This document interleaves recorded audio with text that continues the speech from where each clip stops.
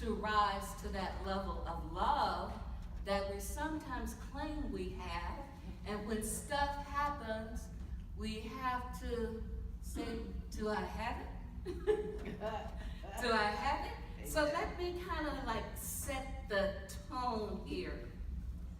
When I was asked to speak, and I mentally said, God, what in the world would I talk about?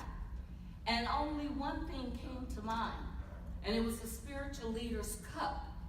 And I'm like, well, what is a spiritual leader's cup? And of course, Spirit says, Jesus said to James and John, the sons of Zebedee, are you able to drink of the cup that I shall drink of, and to be baptized with the baptism that I am baptized with? They said unto him, we are able.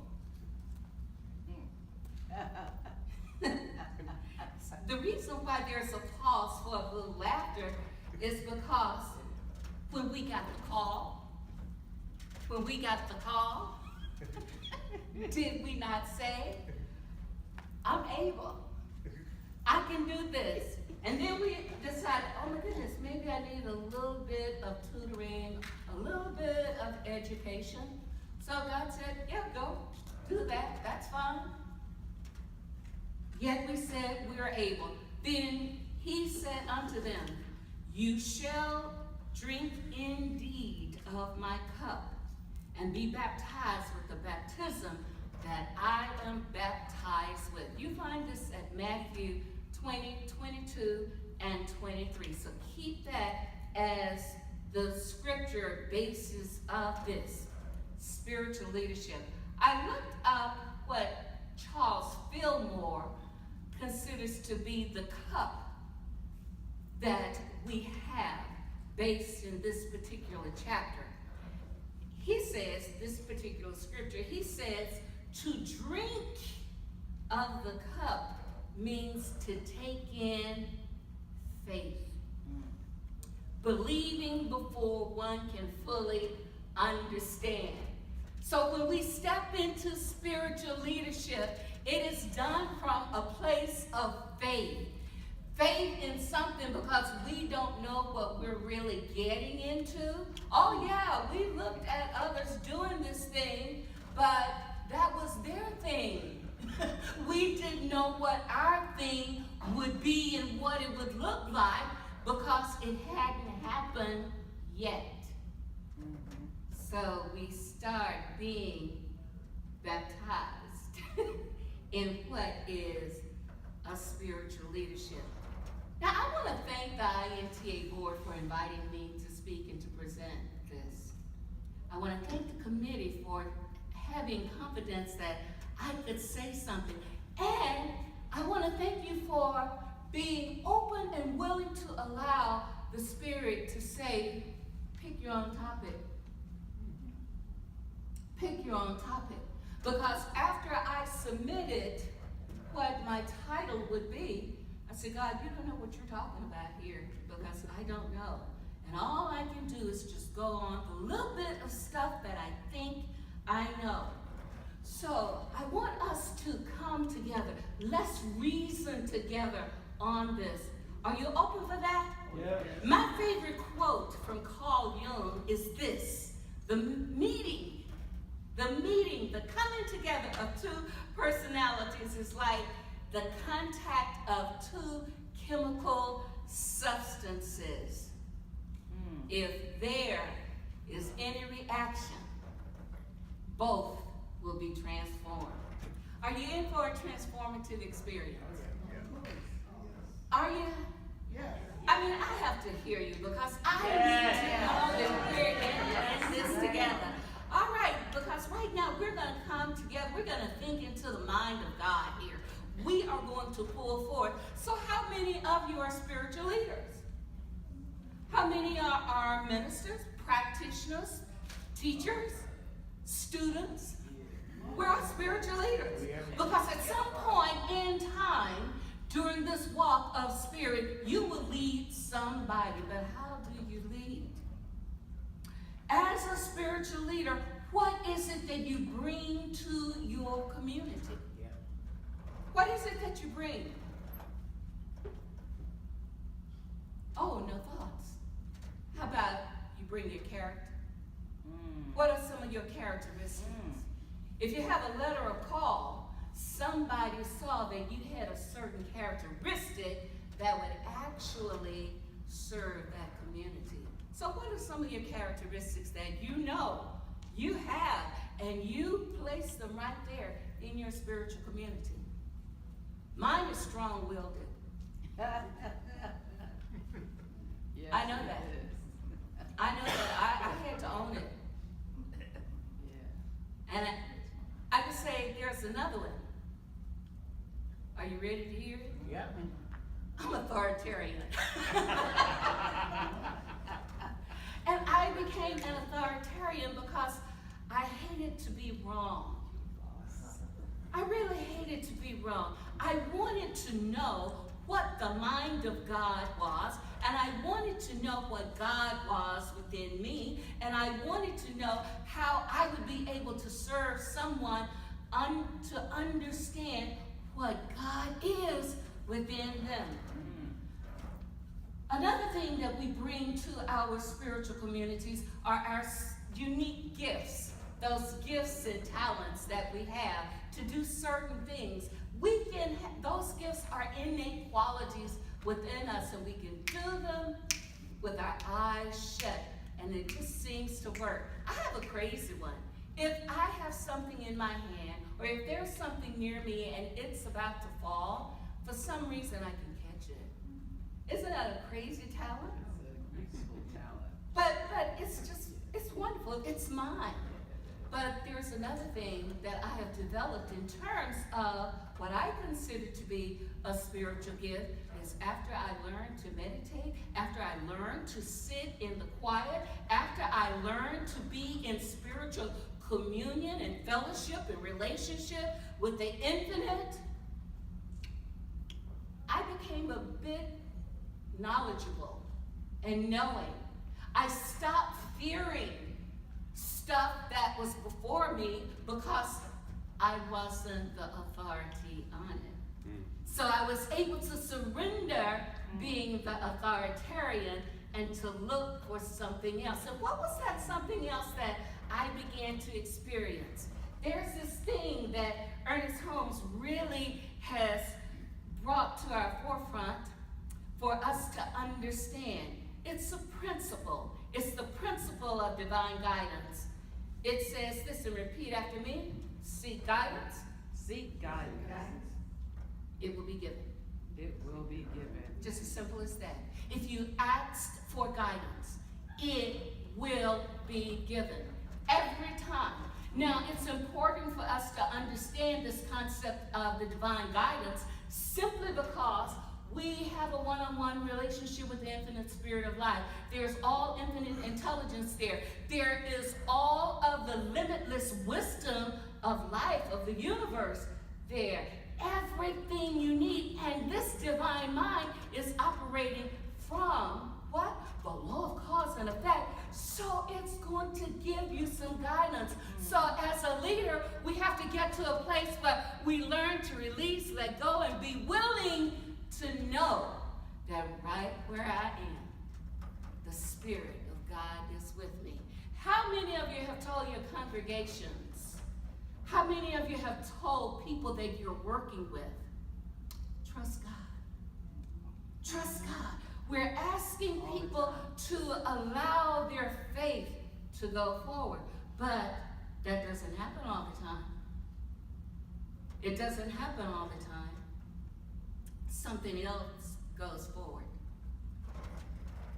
I want to give you a definition of spiritual leadership that my colleague and fellow minister, Jim Lockhart, shares with us. And he wrote this in his book. It's a new book entitled Creating the Beloved Community. He says the primary role of a spiritual leader, one who has prepared himself or herself for such a role through rigorous study and practice, is to guide those in the community through the inevitable periods of dissonance in life. It is also to help people to recognize that a spiritual approach to life, while not preventing disharmony, does offer a way through to greater harmony. This spiritual leader does this through teaching the philosophy of the community, and most importantly, by being a living example of one who has integrated the philosophy into her or his life in a visible way. End quote. That sounds like stuff that we have to do. That sounds a whole lot like stuff that we have to do. And there's another quote that I want to share with you, and it comes from Parker Palmer. And this is like a little caution that we should apply to ourselves as leaders. A leader must take special responsibility for what's going on inside his or herself. Inside his or her consciousness, lest the act of leadership create more harm than good. Can I get a hallelujah? Yeah. Hallelujah. Oh, I know. Thank you. I thank you, because sometimes as new ministers, we can go in and not having a sense of the community, the people that we are serving, and we can cause more damage. We see people leaving the church. We see people hurting, and we don't know what to do. And one of the things that I'm aware of, whether you are a leader in a spiritual community or a leader in your local community or a leader someplace in some community, is that you have to be sensitive and aware of who you are working with, who you are serving, and how you can serve them. Spiritual leadership. So what's in this cup? What's in this cup? First and foremost, faith. But I want to go outside of the spiritual realm here, being a spiritual leader. And I want to tell you about an experience that I had working for the Environmental Protection Agency, and the activity was being involved with the community. I convened a meeting with members of the Navajo tribe, chapter meeting, and we were dealing with a mining company in their area, and they were asking for our help to deal with the water rights issues and pollution and so forth and so on from mining activities. And here I am in a place where it was dark because the meeting was at night. It was way out in the rural area, and I was by myself. I did not have a co-worker with me. So I was in the loving care of God and the goodwill of the people there. In addition to the members of that chapter being present, they invited the environmental activists to come in. They invited the newspapers reporters to come in. They invited the mining company to come into the meeting. I went there with an expectation that we were going to have dialogue. We were just going to have dialogue. But this was one of those knocked down, dragged out spiritual. I know I was about to say that word. It was not the spirit of love that was running around that we love to experience. But you have seen some of this on television. People standing up, being disrespectful to one another and talking and going on. So here's my story. As I was standing before the group and I was sharing a bit of information, the reporter comes in with this photographer. And then the reporter took a seat. The photographer did not. The photographer walked from the back of the room all the way and stood in front of me with his camera and flash, and proceeded to flash, flash, flash, flash, flash, flash, flash, flash, flash in my face. And I didn't know what to do. This is where divine guidance comes in. Place it under contemporary applications of spiritual principle, because we have to be in the streets. I stood there and I bowed my head and I said, dear God, I don't know what to do. I don't know what to do. You've got to help me. And it was no sooner that I stopped speaking within, I heard, be still. So I stood there. And this photographer kept flashing and flashing.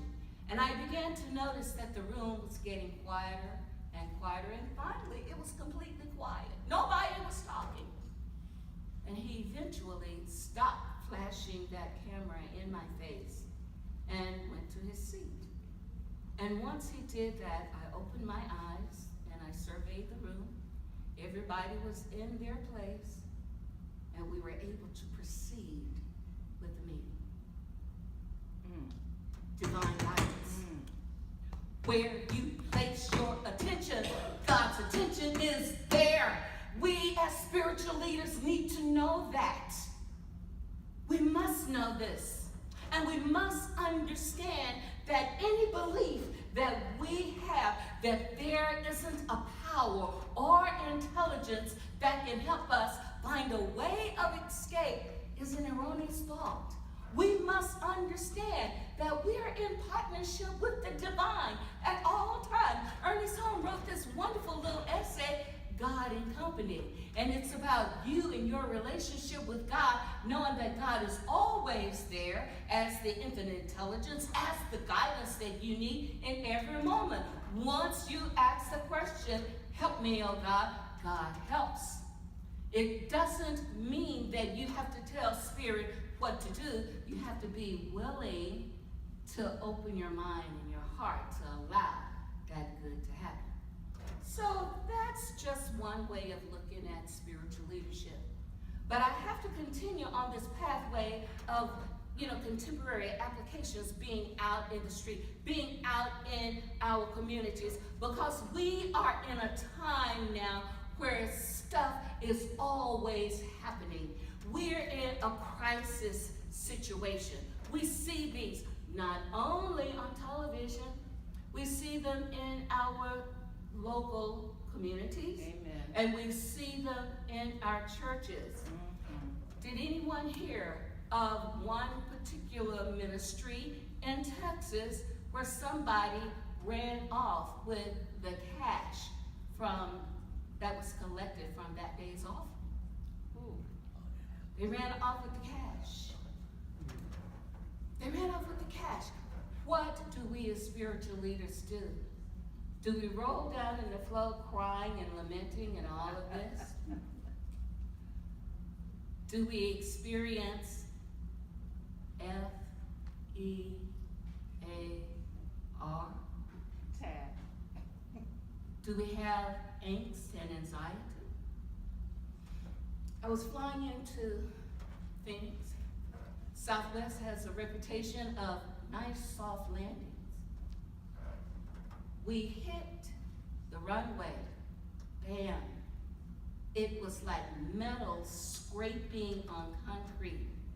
I felt a jar in my spinal column. And I thought, oh my God. I wasn't ready to go yet. We hadn't had that discussion. But the point is that stuff happens, and this thing of fear can easily come upon us.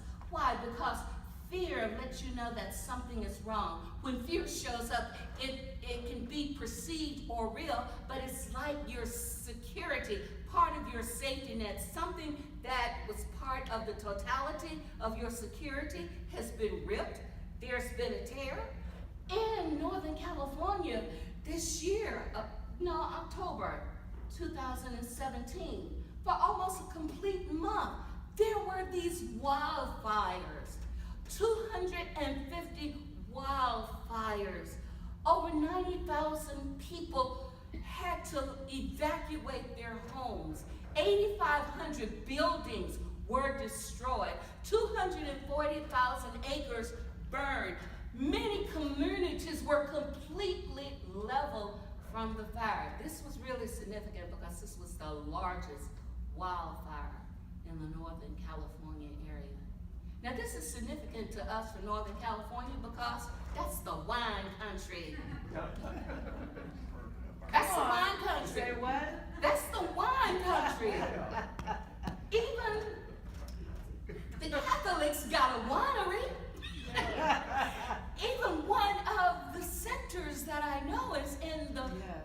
situation of purchasing land for a winery. That's right. So fear can come upon us. But what is the impact of that fear? It holds people in hostage. But love conquers fear. Come on now. That is what our teaching is. Come on. That is what the scripture tells us. Love conquers fear. So how are you, the community spiritual leader, supposed to deal with this horrific issue that is before you when people in your center have lost their homes? You've opened the door to your center so they have a place to live. How do you deal with, my church has become a place where people has to stay because they don't have anywhere to go? How do you deal with, oh my goodness, we have the crying children because they're out of their comfort zone? What do you do with older people who are out of the comfort zone where they have everything that they need to make their lives worth and easy right there? It's no longer there. What do you do when an entire family just has lost everything? What do you do? Do you immediately say, oh, come on in now. Come on in. I got some scriptures for you. I want to tell you what God had to say. Come on in. I got a word. I got the word of God. I got God's word for you. That word is for you right now.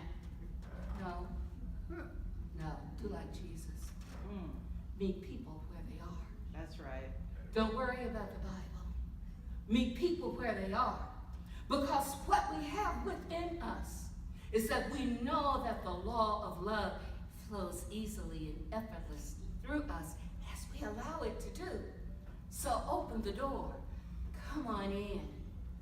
Come on in. Invite people to just come on in and give them love. One of the things that we as spiritual leaders know is that people need to know that they're loved, that you care about them, and that you will be available to support them as well as you can. And I would say on the other side of this, we as spiritual leaders have to know what our capabilities are. And we have to know that even though we are spiritual beings, we are having a human experience just like the people that are in this crisis situation. Amen. And we have to understand that if some of what their need requirement is not something that we're able to do, look into your resource book to find who can provide that kind of support. You don't have to do it all. God has made the way. Open up your book and find who has the capability and invite them to participate. Now, I'm talking about love. I'm talking about love because when we're showing that love, we are convicted within ourselves. We're convinced within ourselves that these teachings that we have been living by are alive, well, and they work. Ernest Holmes says, prove it. If you are working with any particular principle, any particular law, you must learn to know that law and learn how it works so that you can use it effectively, and it blesses you when you know how to use it. Let's not misuse the law, because sometimes you might get hurt. Your feelings could get hurt. In Las Vegas, many people lost their lives from a senseless act. Many people were injured because of a senseless act. What do you say to the families of those people? What do you say? Walter Brueggemann, nice theologian, and he has taught many ministers about using their abilities to speak as if they are speaking the word of God, the mind of God to people. What would God say about this situation? And then on the other side of the coin, you also speak to the people to allow the people to begin to understand their feelings such that we're letting God know how we feel about this. But here's something that I love. I love Psalms 27. Does anybody know Psalms 27? Yes, ma'am. Oh, tell me, what does Psalms 27 say? I have to read it. The Lord is my light And my salvation. and my salvation. Whom shall I fear? The Lord is the strength of my life. Of whom shall I be afraid? The circumstances and the conditions that begin to present themselves are just that. Their circumstances and their conditions. When you know the law and apply the law, you can begin to change those conditions to ones that are more to your liking. It is the proper use of the spiritual laws that gets rid of the ugly facts, the alternative facts, and bring the truth to the forefront for us. Spiritual leadership. So the topic for this entire session is community power. And it's about how we as spiritual leaders help the community to recapture their inner guidance system. Of course, we tell people, let's pray. Of course, we tell people, here's an affirmation for you. Of course, we invite people into the spiritual mind treatment, the prayer closet. But we also invite people into love. And one of the most important things that we as spiritual leaders can do is to go in prayer and allow love to permeate every part of your being. Because every time you meet one at the door, you extend that love. Oh, I just love Eddie Watkins. He says, I am the place where God shows up. It doesn't matter if you're in the spiritual community or in your local community or in your house. Where love is needed, allow that love to flow through you. Love is a great healer. So being the midwife and the facilitator of helping people to come out of this place of fear and back to this place of faith takes work on our part just as well. Get ourselves in order. Let us remember who we are in spirit. We have that one-on-one relationship. We have a direct connection with the infinite.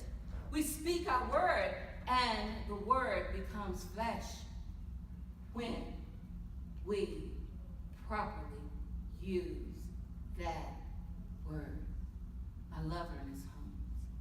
There's a power in the universe, and it's available for you to use it. And I want to expand it like Reverend Michael Beckwith, because we're spiritual leaders, and it can use us too. That's right. So what is the power?